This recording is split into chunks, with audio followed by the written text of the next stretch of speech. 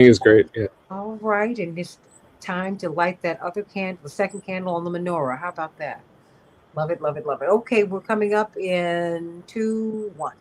Hey, everybody, welcome to the Santita Jackson Show here on AM 950 Radio, the voice of progressive Minnesota.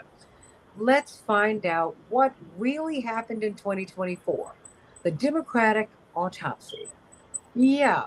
I was reading from the autopsy from Roots Action from 2016, and it sounded like 2020. It sounded like what from 2024. But they actually have a new one.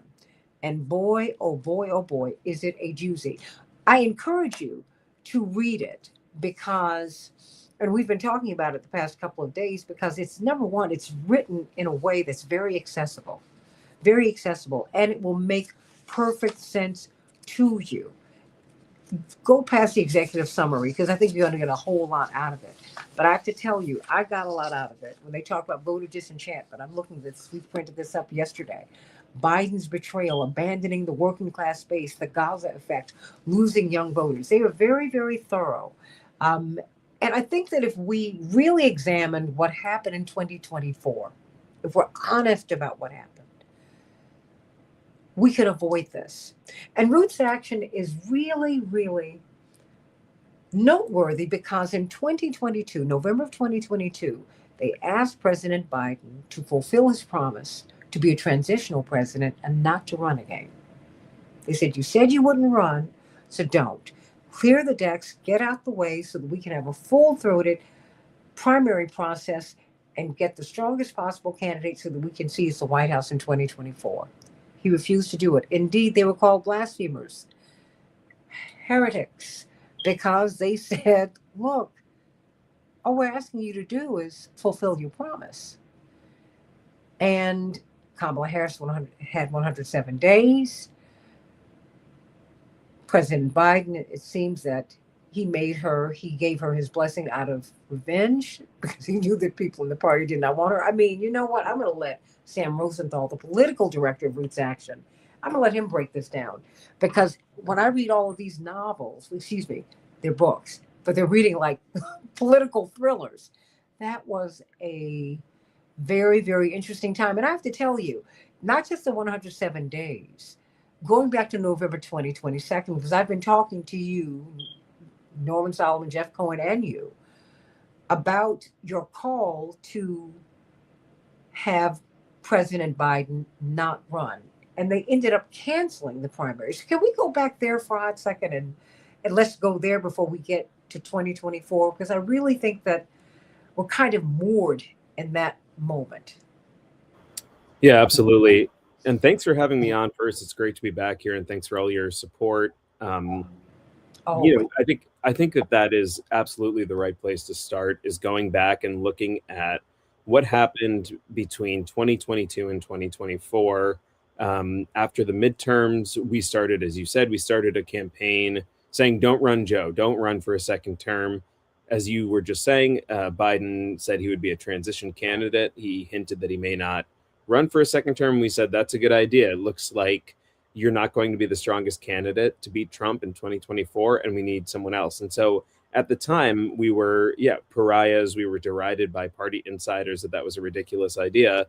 But as we saw, the consensus grew eventually over time from the media, from people inside the Democratic Party, that Biden wasn't going to be the strongest candidate. They needed to pivot. The problem is that they pivoted far too late, and they did it in a way that was fundamentally anti-democratic. So when you talk about the primary process and the cancellation of the primaries, this is effectively what they did. There was collusion between Biden's team and members of the DNC, powerful Democratic electeds on the Hill, to rejigger the primary process so that there were states moved around the primary calendar in what, an effort the party claimed was more representative of the Democratic electorate. But what we ended up with was something like South Carolina being the first state that registered its vote totals in the primary, which is a state that Democrats, frankly, have no hope of winning in a general election. So it was a curious choice, to say the least. And we saw numerous efforts to basically just curtail any possibility that there would be a real primary process. So what we got effectively out of this was a very late departure by Biden after he won this primary process that was, never competitive to begin with. And then basically, once it was too late to have an open field of candidates, there was some movement towards forcing Biden out of the race, including by people like Nancy Pelosi, who were very senior Democrats, who finally put their thumb on the scale once there was no possibility that there would be anyone other than who the party leadership wanted taking over for Biden. And then Vice President Harris came in. But the problem, there were numerous problems, and we talk about them in our report. But the biggest problem, and the one that I think even people with who hardly remember that moment can remember, is that she had almost no time to mount a real presidential campaign. So he handicapped her, senior party leadership handicapped her, and they didn't give her the chance to have a real campaign for president, as anyone who was running should have had. Anyone should have had the opportunity. She had, as she'll remind you, just a little over 100 days running against someone who had 100% name recognition in Donald Trump, who had, millions of faithful followers all over the country. The deck was just stacked against her from the get-go, and it was largely Biden's fault and the fault of senior leaders in the Democratic Party. And yet it's seen as her failure. Do you think that's fair? Well, I think our report says, one of the things our report says is that her campaign failed to put distance, political distance between herself and Biden. And there are a couple different ways of thinking about that. I mean, on the one hand, you could say, well, she was the vice president. It's hard to, how do you distance yourself from an administration where you were a vice president? But, she famously went on The View and declined to say what she would have done differently, as opposed to Joe Biden. And I think that was a real mistake and a liability. But also, but he threatened her, right? Yeah, absolutely. I mean, Biden's team was terrible to her and made it seem like their support for her was contingent on not throwing Biden under the bus, and that meant that she was totally also hamstrung when it came to talking about the economy, which was voters' biggest concern. So instead of being able to say, you're right, Bidenomics isn't working for working people, she had to say, actually, things are pretty good. And it was just not the way voters felt. Well, I want to amplify this, because he called her just before her debate, and she thought he was calling to give her encouragement. Yeah. And he gets on the phone and he says to her, "No daylight, kid." Yeah. And that's she's right. Like, what? So you could see her confusion, and she looked confused, which made her look weak. Yeah. I mean, and I'm not an apologist, because I think that there were some things that she could have done better. There's no question about that. But it's like she was hamstrung. She had his people who had been trying to push her out 2 years before also, right? It seems like it was just a mess. Yeah. And overall, I think representative of Biden's inability to let go of power and let go of access in his team. And, even in stepping down, he still wanted to be in control of the narrative, and he wanted to sort of run the race as a proxy for Harris and for Harris's team. And that was just not tenable. There's no way that would have been a winning strategy. Is there, if we could have had a do-over, Biden would not let go. What do you think he should have done in that moment? Because by that time, we couldn't have a primary process. Right. Because it seems like that we hear that President Obama wanted to have like a mini primary process. I'm like, who would have participated in that? How was that going to work? Right. What do you think should have happened? Well, I mean, as you say, Roots Action was calling for a primary process initially. If we hadn't had a primary process, I still think that, let's say we ended up with Harris as the candidate via a similar process, the same process. I think at that point, it was incumbent on the Biden team to let go of the reins, truly. And for the corollary to that is that Democratic leadership should have pivoted and supported Harris and Harris's team in whatever strategy they wanted to adopt. Now, I'm not a big fan of all of the people that Kamala Harris had on her campaign team or senior advisors. There were people like Tony West, her brother-in-law, who was an Uber executive. I mean, lots of people who I don't think have a shared political vision, with me and with Roots Action. But I do think the party did her a huge disservice by not saying, if you need to throw Biden under the bus, you should. You need to win this election. And so you need to be able to say how you're going to be a different candidate. You need to be able to pivot on hot button issues, the economy, pivot on Gaza, an issue that poll after poll said young Democrats had completely fallen out of step with the Democratic Party on, and rightfully so.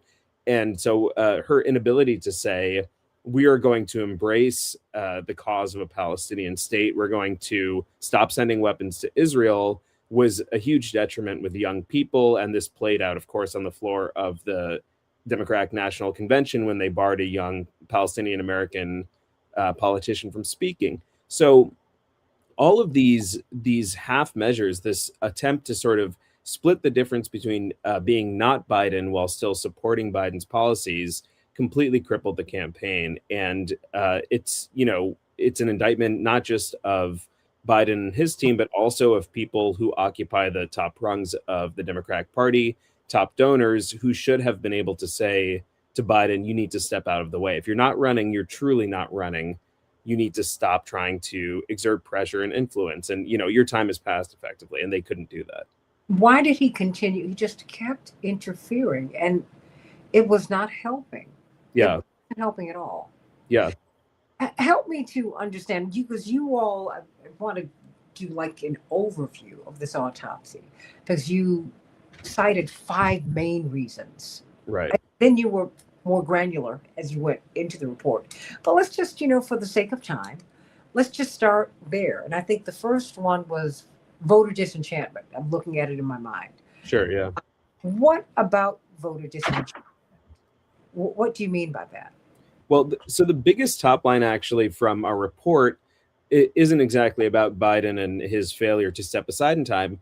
It's that between 2020, when Biden beat Trump, when Trump was running for re-election, and 2024, Democrats lost about 7 million voters, 6.8 million. So there was a huge drop off in voter enthusiasm, which for any candidate in any circumstance would be incredibly difficult to sustain and still win. And the places where Democrats lost voters were not, by and large, in purple states and swing states. They weren't in counties that had swung back and forth between Republicans and Democrats. They were mostly in Democratic strongholds. So that's, big cities, urban centers, suburban areas with a lot of very diverse areas with a lot of college-educated voters, places that, generally speaking, vote in huge droves for Democrats. And it's not that those areas went red. It's just that far fewer people voted in those areas. So when you have states like Michigan, for example, where turnout in Detroit is hugely important for Democrats to win Michigan. They've got to turn out. Detroit's a very, very Democratic city. They've got to turn out huge numbers in Detroit. They had far fewer people coming out to the polls to vote in 2024 than they did in 2020. To stay with Michigan for a moment, you have Dearborn in Michigan, which is a heavily Muslim city.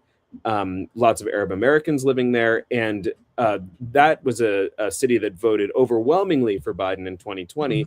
But because of disenchantment with his Gaza policy, with his unconditional support for arming Israel, we found that lots of voters there voted for third-party candidates. Some voted for Trump, some voted for Jill Stein. And there was a huge hemorrhaging of support for Democrats there. So this was a major, major problem. And incredibly difficult to recover from. And there weren't many other places to get votes with that lack of enthusiasm. So that's one of the, first things we wanted to point to in this report. Do you think that, let's just stay with that for a hot second. Do you Sure. think that Democrats have heard even that? Because in real time, and I think this is where we have hubris, this excessive pride and arrogance. You can't just tell Black people, Arab Americans, young Jewish progressives, young people, you have no place to go. Right. Because these are the people who got turned off. Right. And they got turned off big time. I mean, young people across the board, I don't care what their backgrounds were. Young people were turned off. Right. And it was Gaza. It was just a whole basket of issues. But the Democrats kept telling them, you have no place else to go. But they did, Sam. And they didn't they didn't come here. I'm speaking. Wait a minute. I'm like, oh, please don't do that. I mean, help me. Did they in real time? What did you see the Democrats doing with this obvious voter disenchantment? Yeah. Well, we go back a lot to Chuck Schumer's now infamous quote. I think it was in 2017. He said, for every every working class voter we lose in the cities, we'll pick up two, white collar suburban voters or something. And this has been just like the most disastrous strategy for Democrats. Has produced zero positive electoral outcomes. And it seems to be a strategy that there are, at least parts of the party still fully embrace. And I think that what you just said is exactly right. Democrats assume that, young people of color, people, Arab American voters, they're going to vote for us because who are they going to vote for? These fascists instead. And that attitude has been really destructive for the party because it's not like, it's not like these people went and they said, oh, I'm a Republican now, although some voters did, but not the majority of these voters. But these voters just said, I'm not going to vote. I don't see my interests represented here. I don't feel the sort of animating enthusiasm I felt in 2020 to get Trump out of office. I don't feel the same way about keeping the Democrats in office. And a lot of it boiled down to that feeling that Democrats had nothing to offer these voters, or in the case of lots of voters who had family and, overseas living in Palestine, maybe the Democrats feel active antipathy towards my family. I mean, these are people who are party to providing arms that are killing people I know, members of my family. And so there was no rationale whatsoever for people to vote for the Democrats. So it was I think that was just a huge mistake. What about, and I was struck by your terminology, Biden's betrayal. Mm-hmm. What did you mean by that? I think we meant that in the first place, as we've been saying, Biden said he would be a bridge candidate. And I think lots of voters voted for him on that basis. He was, let's remember the 2020 primary process. Biden trailed for a long time until, through some series of behind the scenes meetings, he was sort of pushed to the front of the pack. But he was not the first choice of many voters. No, while everybody else was pushed out. Right. No. The party leadership pushed Bernie Sanders and Elizabeth Warren out. Yeah. And pulled him to the front of the line, and then pulled Kamala Harris, who hadn't even made it into the primaries. Right. So I don't know how that math was going to math ever. Right. And so Biden ended up sort of, installed in this position. He wasn't the first choice of most voters, but I think lots of voters were much more interested in getting Trump out of office, ending the destruction that the first Trump term had wrought on the country. So they voted for Biden. And a lot of voters believed Biden when he said, I will be a bridge candidate to the next generation of leaders. They didn't think that he was going to try to hang in office for 8 years, the oldest person who had been elected to the presidency, who would have been 86 when he left the White House.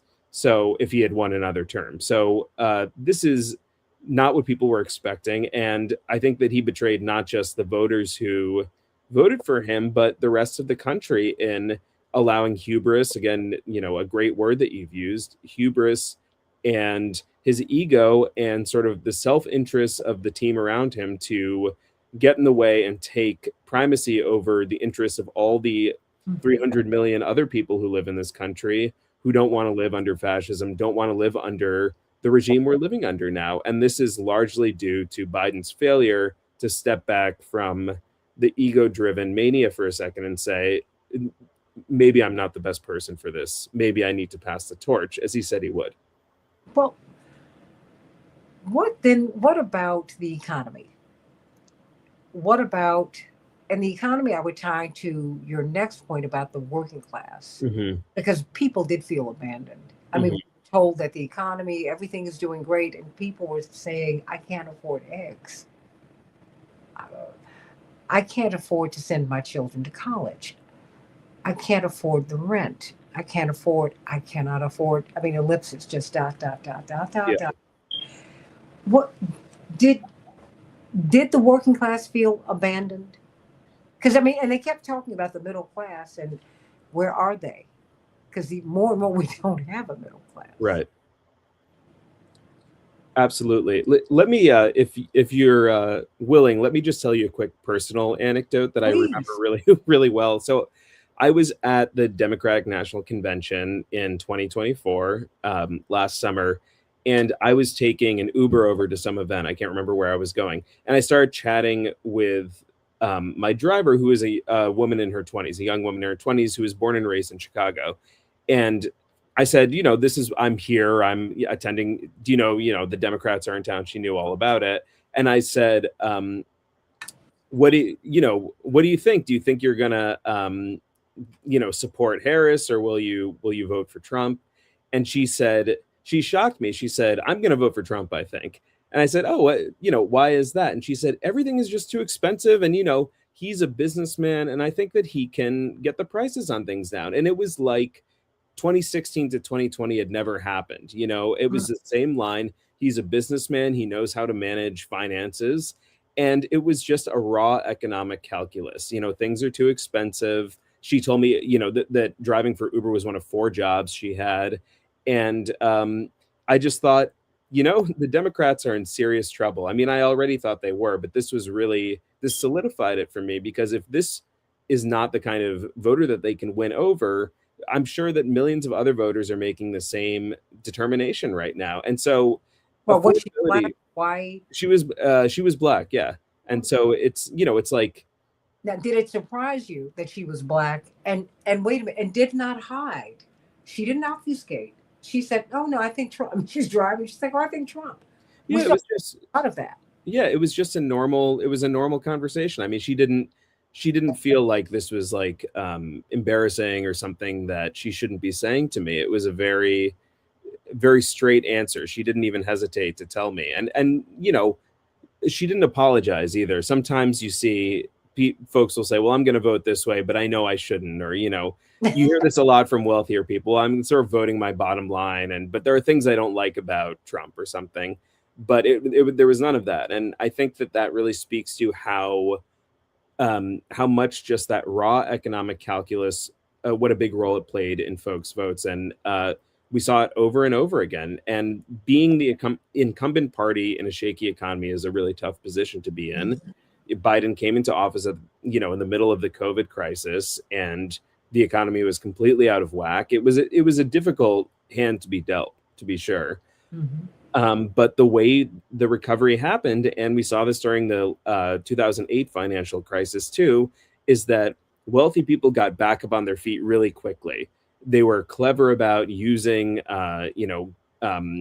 government grants, using different ways that the government was trying to stimulate the economy to get moving again, low interest rates, things like this. And wealthy people took ample advantage of these things. But working people have not been able to. And so you see a lot of people who are still out of work or are underemployed. Now we've got tech moguls trying to usher in AI as quickly as possible. People are starting to lose their jobs on that basis. And we're seeing just a complete deterioration, hollowing out of the ladder that you're supposed to be able to climb in this country to get steady employment that you can use to afford a place to live, feed your family, just really basic necessities.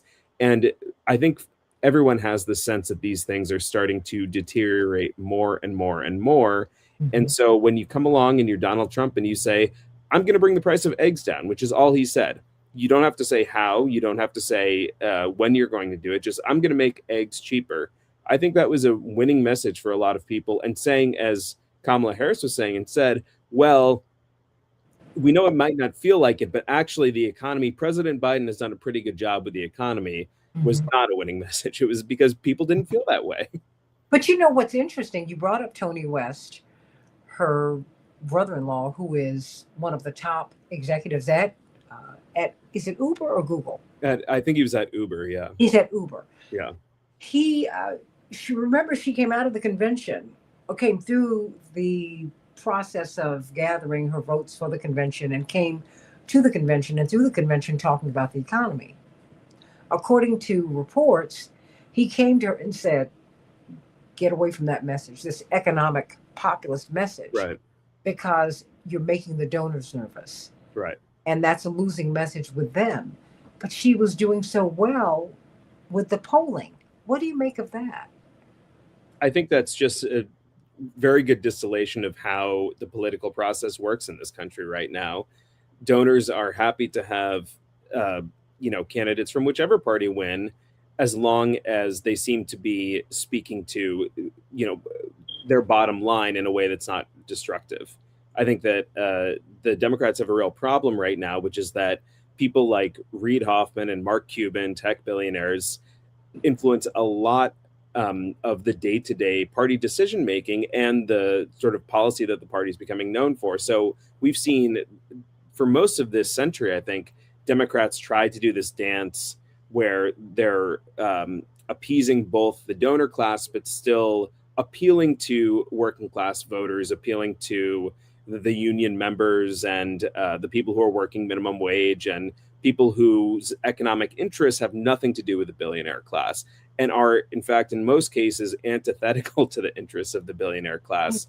And this dance has just crippled them, I think. And we see that the party is now really adrift. So whereas the MAGA movement on the other side of the aisle sort of took over the Republican Party, it's been kind of synthesized into the party. They have their own problems right now. It's not a well-oiled machine by any means, but the Democratic Party has really, really resisted the insurgent wing of its party, which is, people like Bernie Sanders and AOC and Zoran Mamdani, who, we just saw go from a complete unknown to a totally popular politician, can't walk down the street of New York without getting mobbed, running on a populist affordability message. And he wasn't even endorsed by the sitting senator, the senior senator from New York in the Democratic Party. So I think we're seeing that they're really, really between a rock and a hard place now. And people like us, like at Roots Action, we are encouraging the Democratic Party to think more about the voters and think less about the donors. I mean, that is our basic message, that you can't have a party that's beholden to both. And so we encourage you to go where the votes are and not where the fundraising dollars are. But do you see that happening? I mean, because in real time, that is exactly what happened. And it seems like they are still there, Sam. Well, I'll get to that after we get through these 5 points, because to me, your critique is spot on. And it was something that we foresaw coming from 2022. We said that this would happen because you saw this in 2016. You saw this in 2020. You said that they haven't learned. So I fear we're going to go back into this. And this young Black woman who was driving you in Chicago, who said to you without any bit of irony, said to you, oh, no, I'm going to vote for him. And there was a lot of that. A lot of that because she felt ignored. What about the Gaza effect? I mean, talk to us about that. And because, as you mentioned, there was someone who was a trusted Palestinian American politician, someone who's very active in the party, very loyal to the party, right? Who was not allowed to speak at the convention. Now, mind you, they had Israeli hostages. They should have spoken. But then you won't let the Palestinian American speak. Right. That just, and they thought that, so many young people, I mean, Arab Americans and Jewish Americans, particularly the young, were so turned off by that. Right. I said, I hope we can get them back. I just don't know if we can. What about this Gaza effect? Yeah, so I think there are two different points broadly about Gaza that I want to focus on. The first is the material of, what was actually happening, which is that Biden was incredibly conciliatory and supportive of this regime in Israel that we know now and we knew at the time was behaving in a genocidal manner. And I don't use the word lightly. I'm Jewish American. It pains me to say that people, that there are Jews in Israel who have been party to the deliberate attempted annihilation of a people, but that's exactly what it was. And so we saw really early on that the intent of the IDF, the Israeli army in Gaza, was not to pursue Hamas as they said it was.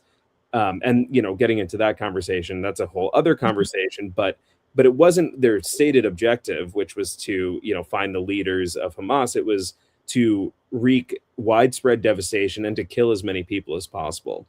And so instead of having some sort of reality check from the Biden administration where they would say, well, we're not going to supply weapons for this kind of wanton slaughter of civilians, which was what was happening.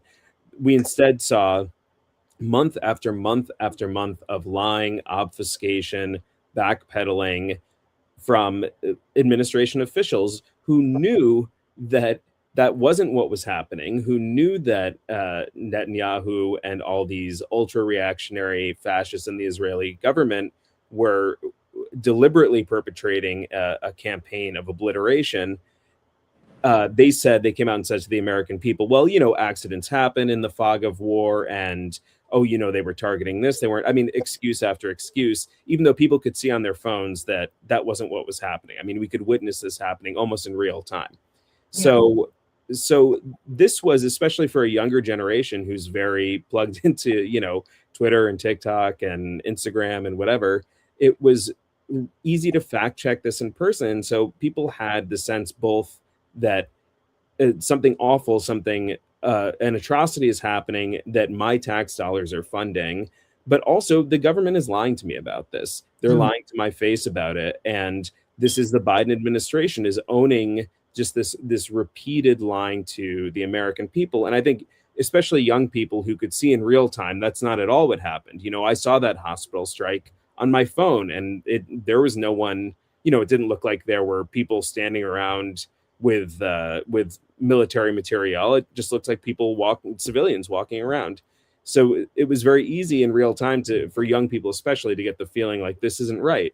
But then also I just think this is so representative of the way that the party relates to its base right now, which is the base says, we're unhappy with something. We're unhappy with the policy that you're pursuing. And the Democrats say, well, you just don't know any better. You need to let the adults handle this. We saw senior leaders in the party again saying, well, these young people, they just, they don't get the Israel-Palestine conflict. They haven't read their history, we heard Nancy Pelosi saying. These are people who are, sort of ignorant about the basis for this, the basis for U.S. support for Israel, instead of saying, maybe these 100,000 people who voted uncommitted in the primary in Michigan, maybe this is a problem. By the way, Harris lost that state by 80,000 votes. So that number, 100,000, is a significant number of people who were disappointed with the way the administration was pursuing its Israel policy.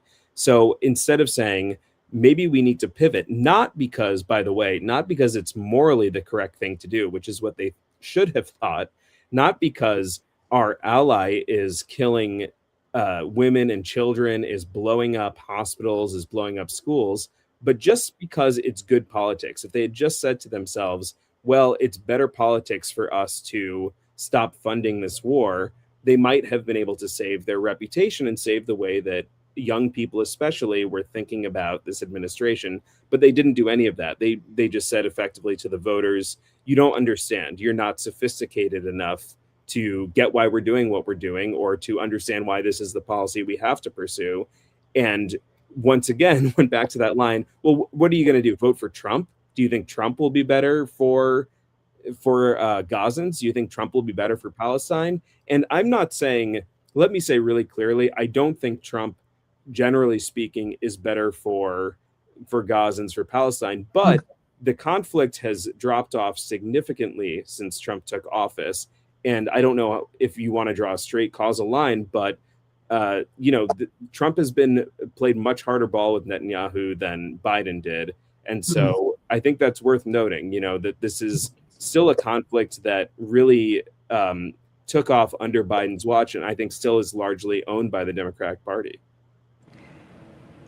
Do you think that the student protest and how that was handled, do you think that had an impact? Absolutely. Okay. Yeah. Were there, did young people feel betrayed by the I party? I think that I don't want to draw too many parallels to the Vietnam War era because I think they're very different. But it- I think for a generation of young people, I came of age during the Iraq War, so I had sort of Mhm. like been on this ride before. And but I think for the generation younger than me, it was a real reckoning with the idea that the US government can be party to evil, can be party to the killing of innocents, and we can all see it happen and we can all know it's happening, and they won't do anything about it. And the fact that it was the Democratic Party in control of this policy, I think was a double wound for people who grew up in, maybe progressive liberal households who thought, well, the Democrats are the party of Obama. They're the party of, sort of reason and social progressivism. They wouldn't do something like this. They wouldn't be so evil, so nakedly evil. And then they were, and they supported this policy that led to the deaths of, we don't know how many. I mean, hundreds of thousands of people probably, Hmm. um, or partial annihilation of a population. And they watched it again. I don't think this can be emphasized enough. They watched it play out live on their phones. And I think disenchantment is not even a strong enough word. Betrayal, disenchantment were the predominant ways people felt about what the Democratic Party was doing. And I think that is a wound that's going to be hard to heal for the party. I mean, for a long time. Do you think that they will move to the Democratic Socialists? I mean, because it seems that people are less loyal to party and more loyal to positions.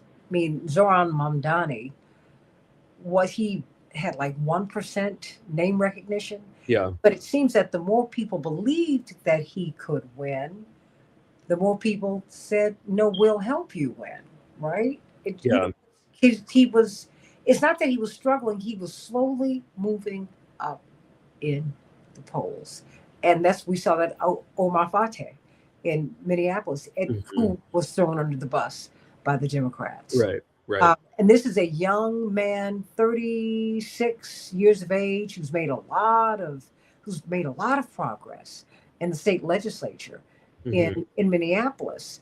And the party turns its. Trump met with Mamdani before, Chuck Schumer and Hakeem Jeffries did. Mhm. What else can I say? Yeah. What does that say to young people, Sam? I think that you're totally right. I should say first too that I'm a member of the DSA, the Democratic Socialists of Mhm. America. We're not at the party level yet. We're a group still. We're a political group, and most of the What's the people. difference between a party and a political group? Well, one of the big differences is that DSA has no ballot line. Hmm. So we can't, when we run candidates, most of the time what we're trying to do is win the Democratic primary. So then our candidate shows up on the Democratic ballot line, which is exactly what happened with Mamdani. He won his primary, the Democratic primary, and then he was the Democratic candidate. And different states have different thresholds for what you need to get a ballot line, but it's a lot of work to maintain that. And that's one of the reasons why we have the two-party duopoly in this country, in addition to a lot of money and politics related things. So most of the time when you are voting for a DSA candidate, it will be on the Democratic Party ballot line.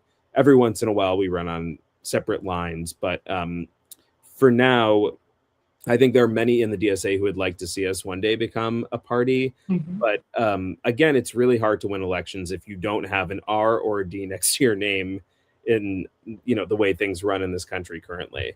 But yeah, I think that the way you're describing it is exactly right. I feel like my generation, the generation younger than me, we're increasingly feeling alienated by both parties, certainly by the Republican Party, but also by the Democrats and by their sort of open hostility to progressives inside the party.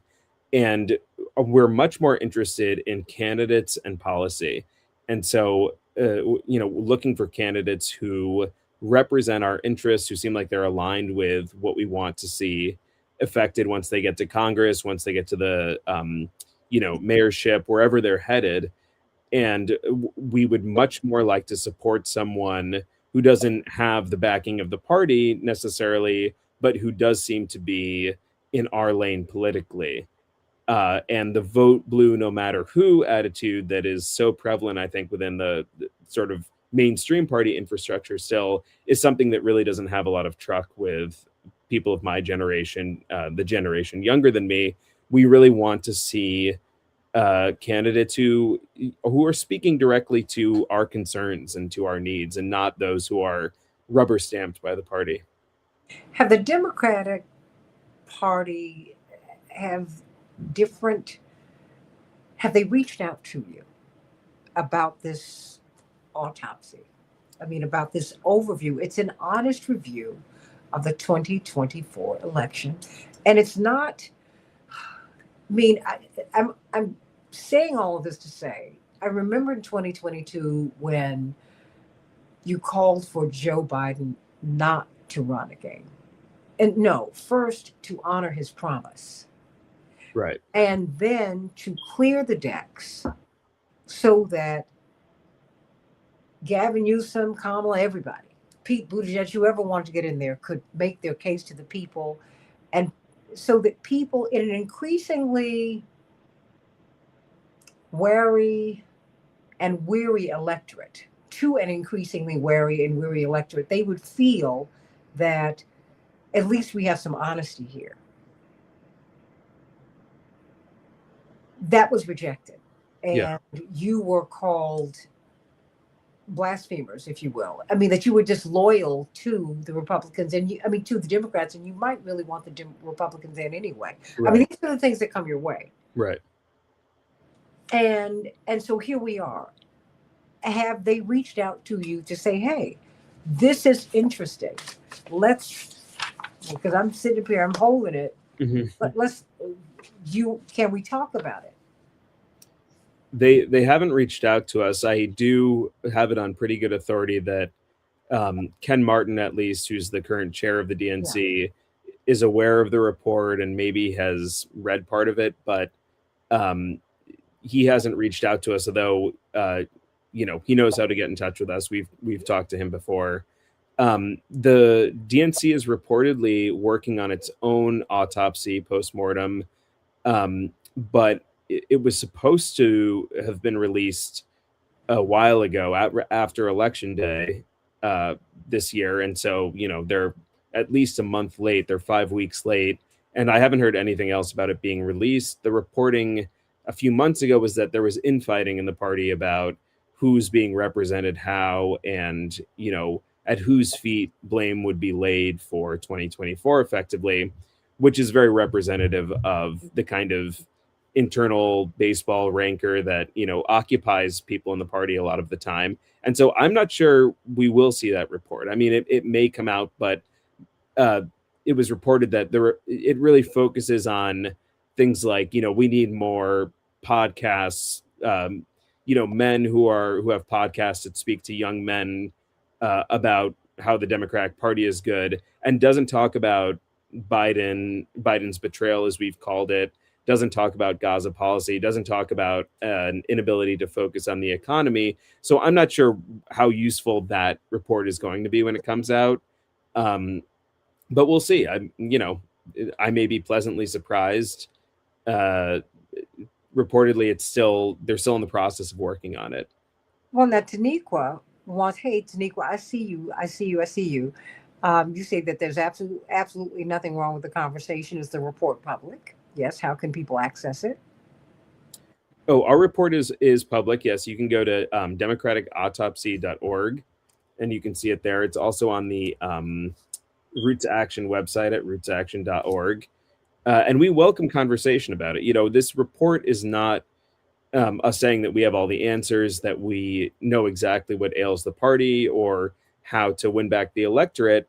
But it's us saying, just as we did when we said that Joe Biden shouldn't run again, there's a problem here. There's something that needs to be rectified. There needs to be a change in direction. And we hope that you will listen to what the voters are saying. We're not making this up. This is, backed by what polling is saying, what voters are saying. And we would really like to see the Democratic Party take this advice seriously and make an earnest attempt to win back voters who are disenchanted with the party and try to, win back the House and maybe even the Senate at the midterms and win back the presidency with a progressive candidate, someone who really is speaking to these economic concerns, to working class concerns, not another candidate who's been focus grouped to death and was unlikely to upset the major donors. But 90 million people didn't vote, Sam. Yeah. And I don't see any attempt to address that. And even these issues that you brought out, and when we talk about Gaza, when we talk about losing young voters, when we talk about what Biden did, because I think that has to be part of the review. Because if that's not part, if all of those elements and more are not part of the review, we're going to have the same sort of problem. That pulling the weakest candidate to the front of the line, that was a mistake. Right. I mean, and that's why I had to go back to 2022. I should have gone back to 2020, because you can't continue to push people down folks' throats. Today, that does not work. I mean, you have a Mamdani who, he came from somewhere, but he also came from nowhere. Right. I mean, he is someone who the Democrats never saw coming. And by the way, you had one of the highest turnout off presidential year elections in New York just in November, and it's because of the enthusiasm that campaign generated. So people will come out. So what does that say to you? Does that say to you that the enthusiasm is there? Yeah, people will come out if they feel like they're voting for a candidate who is really going to speak to their concerns, who really has their best interests in mind. I think that people will be ecstatic to come to the polls and vote. I mean, we have seen numerous elections in our lifetimes where people were ecstatic to go to the polls. I was a really young first-time presidential voter when I voted for Barack Obama in 2008. Mm-hmm. And that was an ecstatic act, and everyone I knew felt that way. And when he won, it felt like a miracle, like we had turned the corner fundamentally here. I mean, everyone remembers this. And I think that I felt the same way voting for Bernie Sanders in presidential primaries, that I was committing an affirmative act to change this country for the better. And it felt fantastic to be part of that. And I think that the party cannot be surprised when they run uninspiring milquetoast candidates and then they get a lukewarm response. That's what's going to happen. So they have to focus on running candidates who are really going to galvanize people and really inspire people. And candidates who say, we can tinker around the margins, but you're basically stuck with what you have, are not inspiring. And that's what the Democrats have been able to put up lately. Before you go, what should the Democrats do moving into 2026? And then, because they've had some bright spots in 2025, what should they do? Because I'm wondering if the Democrats are feeling that people are coming around to the party. I think people are coming around to candidates as opposed to the party. Do you help me to understand, what do you see? And where do you think people should go? Because I'm concerned about what could happen with healthcare. Exactly. I mean, all of this stuff is upon us. I mean, it's upon us. And affordability is a very real issue. I mean, absolutely. These are life and death issues. That's my point, Sam. Yeah, absolutely. I mean, these are issues that people might not survive. I think that I completely agree with you. And I think that the lesson the Democrats shouldn't learn is that they need to move more towards Trump, that they need to move more towards the rhetoric he ran on, and that is going to win them votes at the midterms. It's completely the opposite. They have to remember, and we have to remember, Trump is mostly an unpopular president. His approval ratings are tanking. Most people are really unhappy with what they see. People being snatched off the streets by ICE. These are unpopular images. And so Democrats should run precisely in the opposite direction. Now, the ACA is disintegrating. They've been handed, this is terrible for people in the country, but for the Democrats, this is a political opportunity. And to my mind, and I hope a lot of your listeners agree, the only antidote to what's happening with healthcare in this country is to campaign for single payer, universal healthcare, like Bernie Sanders did, like many others have adopted. And I think that that is exactly the policy the Democrats should pick up. You're seeing it get more traction within the party. You have people like Chris Van Hollen, who's not really known as a left-wing firebrand, saying that he supports single payer. And I think they should pick it up and adopt it as the official party platform in 2026 and in 2028. We want to support candidates who want universal healthcare in this country. What better way to say we've got your back than to say, you know what, we're going to figure out how to provide you with free at point of use healthcare. I think the same thing is true for affordability more generally. They should be a party that supports rent control, that supports building more affordable housing, expanding vouchers for housing, instead of saying, we're a party that supports practical public-private partnerships. I mean, this is a politics of years past. It's not going to work anymore. And so we need to see them adopt more progressive populist policy that's talking about affordability. And then finally, on the issue of militarism, we need a party that is anti-war. And that means ending support for, the unconditional shipment of arms to Israel shipment of arms, but especially the unconditional shipment of arms to Israel. That means being anti-war in Venezuela. We can't have Democrats who are equivocating about whether or not they support the Trump administration's march to war in our hemisphere, in a country that is really just on our back porch effectively. And so we really need to see a strong anti-war push also from the party. There are some like Congressman Ro Khanna who have been picking it up lately, but we need to see more of it. It needs to be the broad policy of the party. So there are a lot of opportunities that this incredibly disastrous administration has opened up for the Democrats, but they need to stop getting cold feet, and they need to really take advantage of them. And so that's what I hope we see going into next year and, going into 2028 too. Well, you know what? I think that you have given a great, this is the report, everybody. Now the prescription has been written. Will the Democrats listen? And, because at the end of the day, the tail cannot wag the dog. The dog's got to wag the tail. They've got to. I appreciate Mark Cuban, Reid Hoffman, and everybody else. I mean, because the fact is, Kamala Harris was surrounded by more billionaires than even Trump was, at least publicly. None of them get it. People cannot eat. People are not going to have health care. It's not 20 million people, Sam. It's 20 million families. Yeah. I mean, that's a lot. People are losing these jobs. I mean, the black middle class is being hollowed out. And while it's starting with the black middle class, that's going to happen to everybody. Bernie Sanders said AI is going to take 100 million jobs. It might not be that many, but it's going to be a whole lot. And it could, again, be that. I had a whole conversation with a bot. I had to ask this thing, I asked to speak to a human being. Are you a human? They gave me some crazy answer. I mean, this is where we are now. Yeah.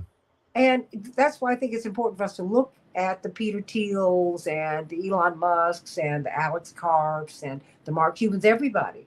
Bill Gates, look at everybody and find out, because these are the people, they're like the wizards behind the curtain. Right.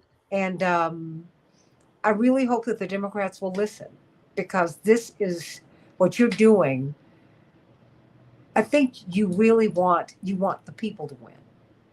And absolutely. Yeah. So when people say to you, before we go, that you're not really a Democrat and you really have no business saying what you're saying, what do you say to them? I think that we are pro small d democratic processes. Mm-hmm. We want more opportunities for the voters to be heard, for the voters to have the opportunity to say, this is what we want. And we want less influence from special interests, from billionaire donors. And what's more democratic than that? Now, Sam Rosenthal, political director for Roots Action, he has spoken. Everybody, please, please, please read this report. I promise you, you will be uplifted by it, because I think that in the report, because it is honest, it is earnest, it is forthright, it is letting you know what happened, honestly, what happened. And when you see what happened, you can really work out what needs to happen going forward. Look, don't lie. If you have cancer, you don't need cold medicine. Okay? So let's get real, everybody. There are some real problems that we can resolve, and we can do that. We can do that if we come together and if we're honest about what happened in 2024. We're not, what did my brother Jonathan say? Congressman Jackson says, I don't want to fix the blame, I want to fix the problem. But who's going to take responsibility for what happened? That's what needs to happen here. But you got to examine what happened. You got to, because you need the young people back. You really do. They're the future. The Republicans have that. Look at TPUSA and look at who's in the Trump White House. They're all people who are like 40 and under. Isn't JD Vance 40? Yeah. They've got a young bench. We don't. Think about that. Sam Rosenthal, all of my love to all of my brothers and sisters at Roots Action. I can't be unbiased about it. I love them to pieces, and they're my folks. So everybody, please, please, please read the report. It's been a joy to have you, Sam. Thank you All so my much love for to having you. me. Happy Hanukkah to you. May God bless you in this holy season. Thank you, and happy holidays to you and your family as well. Thank you so very much. God Okay. bless you, everybody. Have a great one. Have a great one for all of our Jewish brothers and sisters. Happy Hanukkah to you. And for my Christian brothers and sisters, Merry, Merry, Merry, Merry, Merry, Merry Christmas.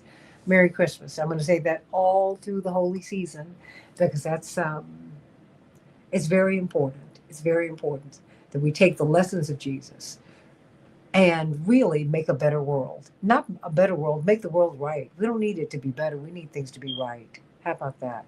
So I love you, everybody. Have a great, great day. Santita Jackson, AM 950 Radio, the voice of progressive Minnesota. Much love.